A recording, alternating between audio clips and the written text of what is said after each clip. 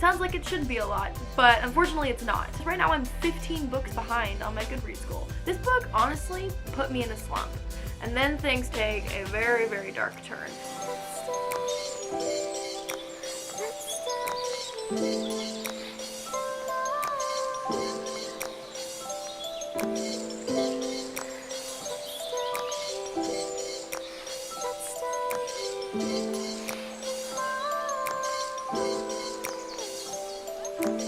Hi everyone, my name's Ebony. Welcome back to my channel. So today we are going to be talking about all the books that I read in April and in May.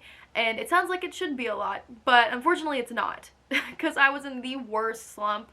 About halfway through April I fell into it, and then for most of May. I did kind of pick up a little bit towards the end of May, but overall it's really underwhelming amount of books that I read. But hopefully June will be different and I'll be able to get back on track, because right now I'm 15 books behind on my Goodreads goal, which is not good. Before we jump into all the books that I read, I'm going to do the oracle reading for this video. Alright. Oh, this is actually like the cover art of the oracle deck. See? Ooh. Princess, you can be your own knight. You might be in a dire situation you need to escape from. Rest assured you have the power within to preserve. You already know you don't need to be rescued by a charming prince or a chivalrous knight in shining armor. You've got your own shield and sword, and gods help anyone who thinks they can do a better job. I love that little like self-motivator, especially as like it's like the first one in the deck, so like it's a good way to like kick off the whole oracle deck, I think. And now I'm going to show you briefly my wrap-up pages for April and May. So here is my April wrap-up page. Give you a brief look at what I read and what we'll be talking about in this video. And then here's my May wrap-up page. As you can see, not that many books, which is unfortunate, but that's life. So the first book I read in April was Below Zero by Ali Hazelwood. This is the third book in like a little mini-series of novellas that are about women in STEM that Ali Hazelwood has written. And I have now read all three of them. And I loved all of them. I gave this one 4 stars. I think I gave the other ones 4 stars as well. They were all so good and so much fun to read. They are companion novellas, so the main girl in each of the 3 novellas are like best friends, and so each novella kind of references those friends and kind of the things that happened in their respective novellas.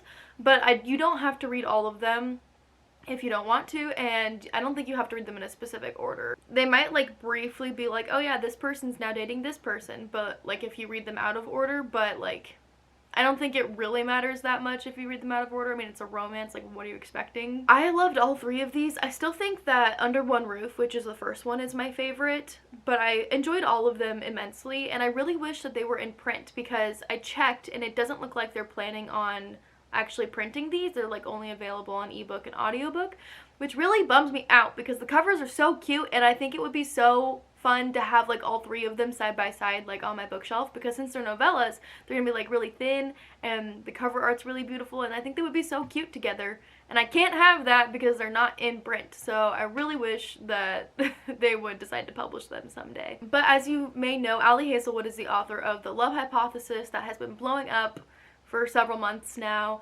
I still have yet to read that one, but I've really enjoyed what I've read of hers thus far, so I am excited to read The Love Hypothesis eventually. And then I read I Kissed Shara Wheeler by Casey McQuiston. I had an arc of this, so I read it as an arc. I don't have my copy with me because I lent it to a friend. I started this book, I think in March. Like, I'm pretty sure I started it like mid-March. And I was actually technically buddy reading it with one of my coworkers because she also had an arc. But I kind of like fell off of that for a little bit because this book honestly put me in a slump. I think that this book is like the beginning of the reason why I was in a slump. I just wasn't a huge fan of it. This is Casey McQuiston's first book in the YA genre, because her other 2 books are adult. I don't think I had a problem with the fact that it was YA.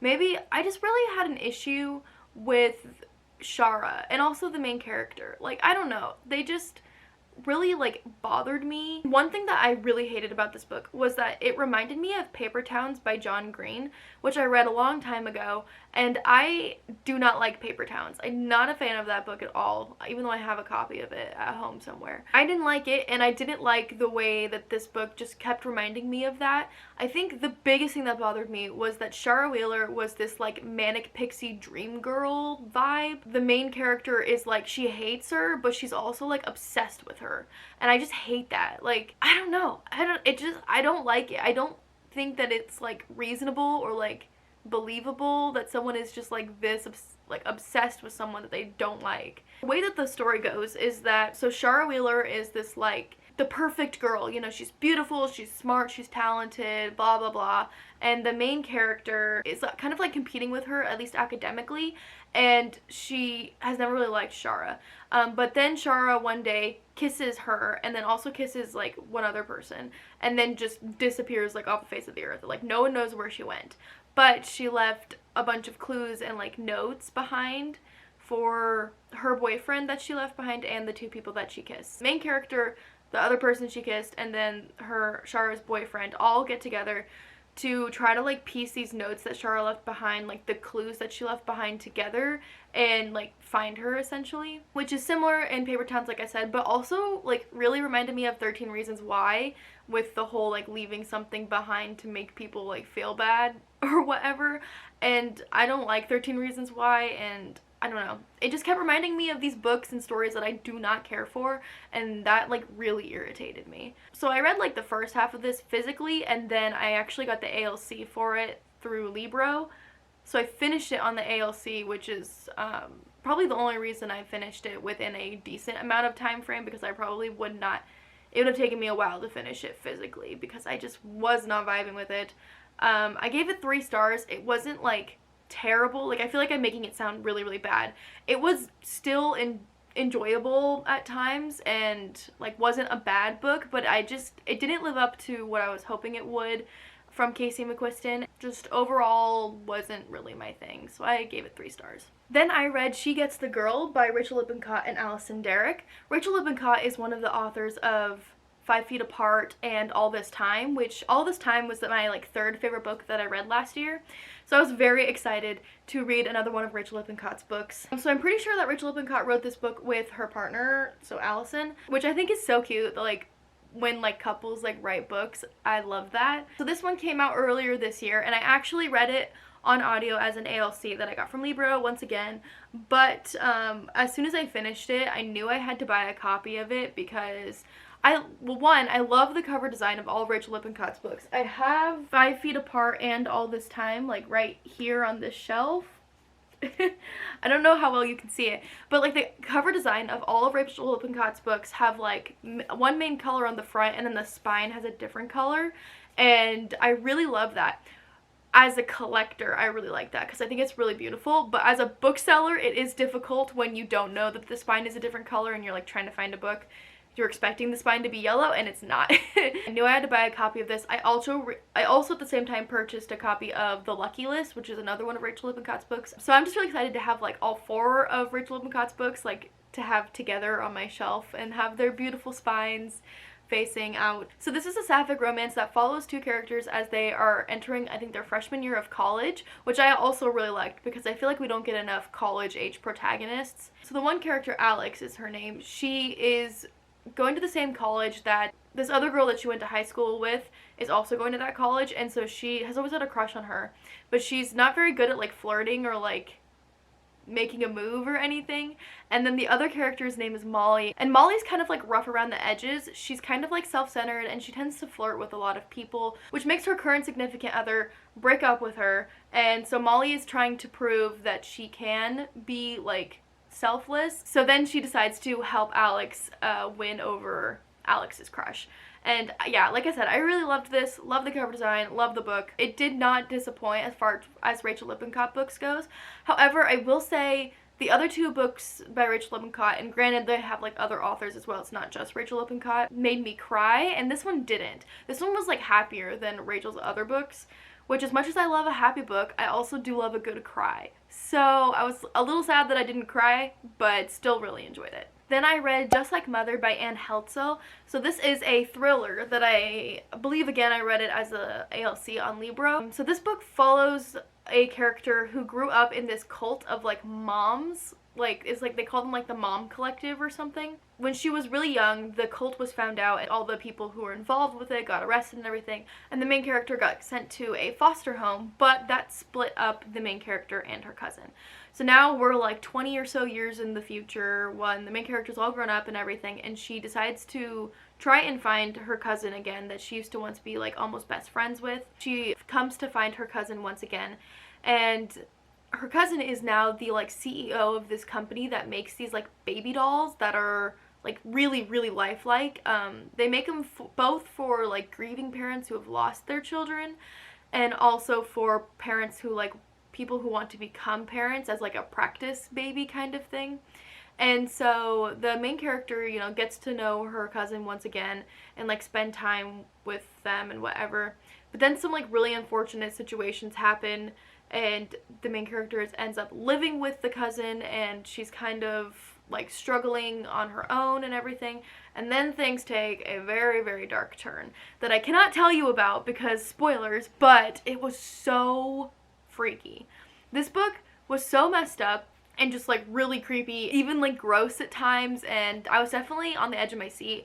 And while this isn't the best thriller I've ever read, I only gave it 3 stars, it still was able to like keep my attention in a time when I was in a reading slump. So like I do give it props for that, to like maintain my attention the whole time while I was not feeling like reading at all. Then I read Speak, the graphic novel by Laurie Halse Anderson. One of my coworkers at the store that I work at actually owns a copy of this, so she lent it to me so that I could read it because I really enjoyed Speak itself, and I enjoy Laurie Halse Anderson's other books. I don't have much to say as far as the graphic novel goes. It's pretty thick considering how tiny Speak is as a book, because Speak isn't that long. This is a pretty thick graphic novel, which is interesting.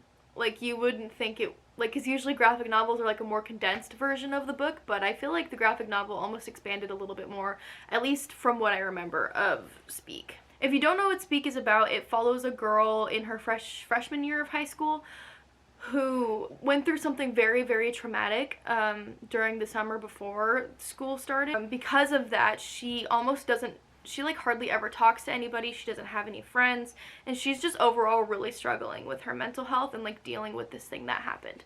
So definitely trigger warnings for like depression and SA and all these other kinds of things, because it is a very dark topic. I did like this graphic novel adaptation of it. It wasn't my favorite graphic novel by any means, but still a pretty good read, and I give it 4 stars. So those are all the books I read in April, but now we'll jump into the books I read in May, which was only 4 of them. So first I read A Haunted Road Atlas by Christine Schultz and M. Schaefer. So this is a book written by 2 people who I believe have a podcast, who travel around. They also give like speeches and whatnot, both about true crime and about paranormal stories across the US. And so this book kind of like summarizes a lot of the things that they've talked about and discussed on their podcasts and in their shows about different locations in the US. I really liked this because I felt like in the moment I really wanted something like true crimey, so it was kind of what I was wanting at that time. Unfortunately, they didn't talk about anything that happened in Nebraska, which is where I'm from, so I was kind of bummed about that. But still overall pretty enjoyable, and if I listened to podcasts, I would consider listening to this, but I don't usually listen to podcasts. But I think if you enjoy this, their podcast is something that's worth checking out. Then I read Something Wilder by Christina Lauren. This is the newest Christina Lauren book that I read as an ALC, and this follows a character who works on a ranch, and they like give tours to people, like tourists and stuff, and they do these like treasure hunts because there's like this like legend of this treasure that was left behind from like a long time ago.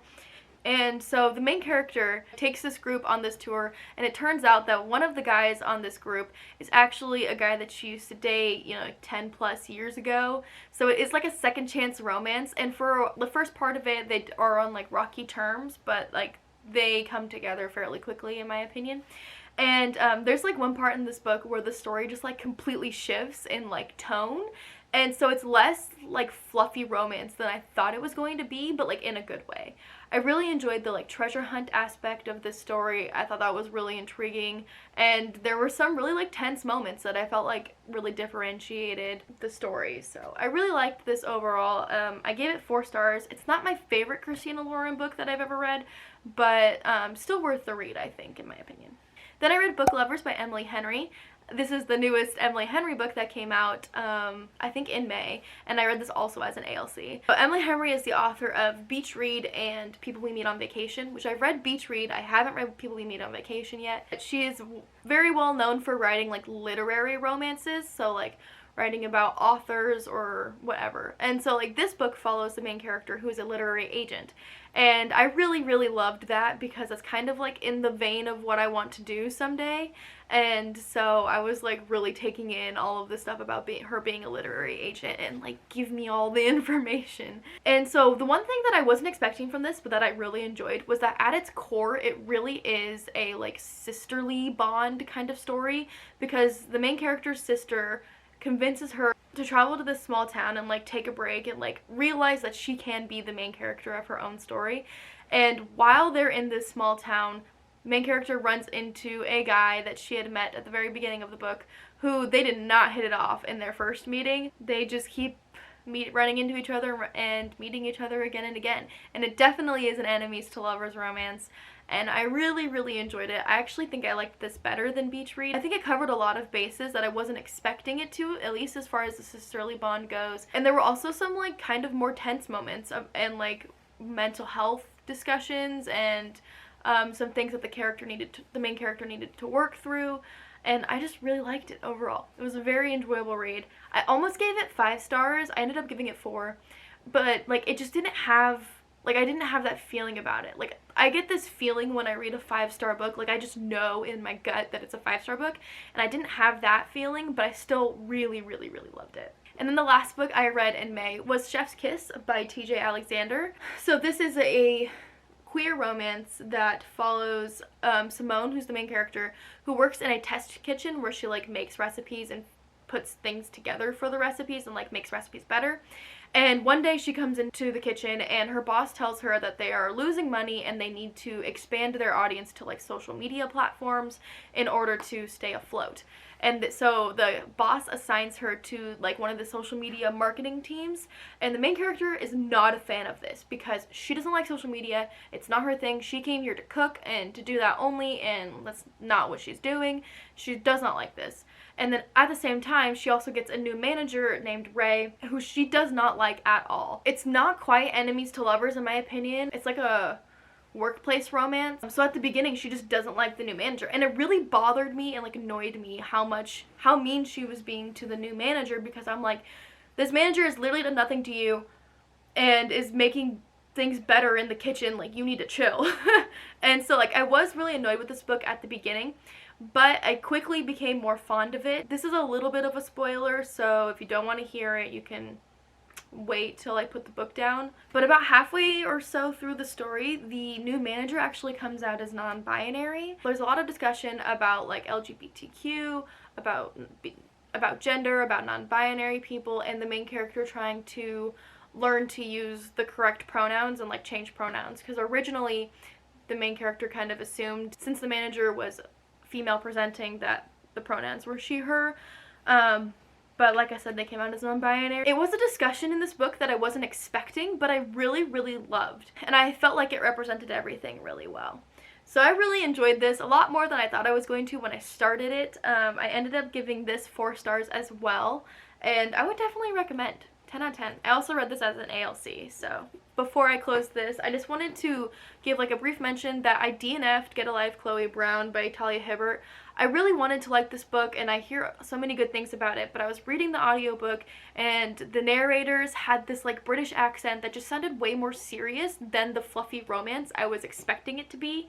To me, it kind of sounded like, I read The Death of Jane Lawrence earlier this year, and it's like a historical British gritty dark novel, and that's what the narrator sounded like to me, and it just threw me off and I could not get past it, and I just wasn't interested. So I DNF'd this at like about 50%, I think, and it really bothers me that I have to DNF it, but life is too short to slug through books that you are not enjoying. So I will pass this on to another friend who will hopefully enjoy it more than I will.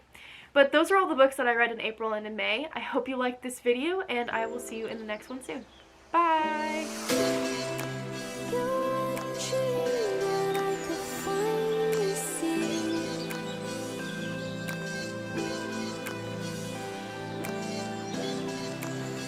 Just